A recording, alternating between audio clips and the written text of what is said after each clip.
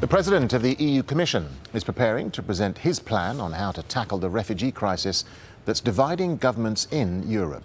Jean-Claude Juncker is expected to propose a mandatory national quota system based on each member country's population, income and unemployment rate.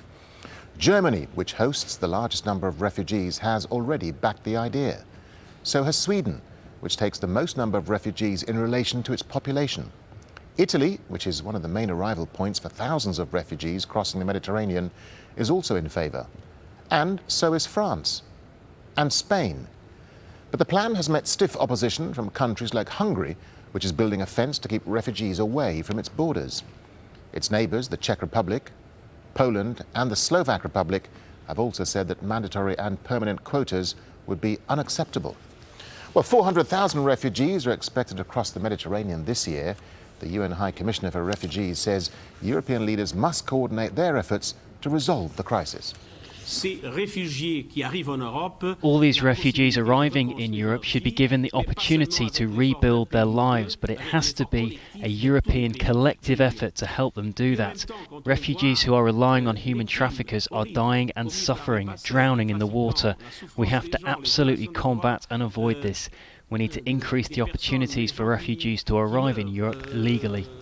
Greece's government has been ferrying hundreds of refugees from the islands of Kos and Lesbos to the mainland. These are the scenes in the port of Piraeus, where refugees have been landing. Lesbos is under increasing pressure, hosting 18,000 people waiting for their chance to travel onwards.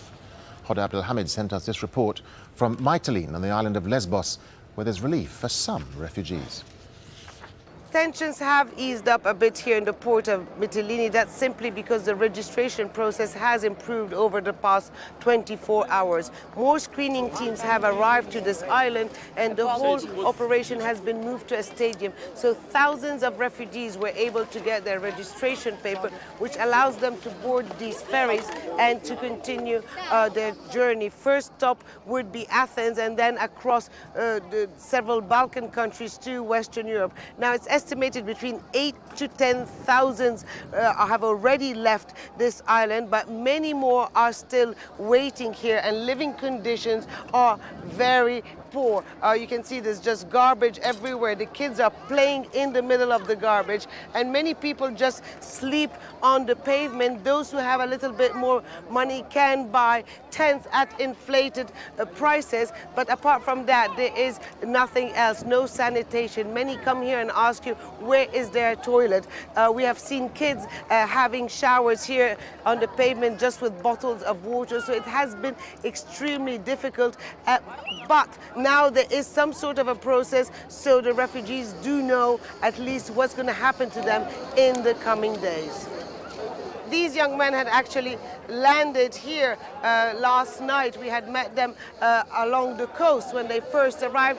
They walked 70 kilometers to reach this point. But now, even though they have the registration paper, they will have to join this long queue. This is the queue to get the ticket to be able to board the ferry. It's been a very long queue and very slow moving. Still, the tensions are not as much as before, even though there are scuffles that erupt between the refugees themselves simply because they are exhausted, they are dehydrated, and they just want to get their ticket and continue their trip.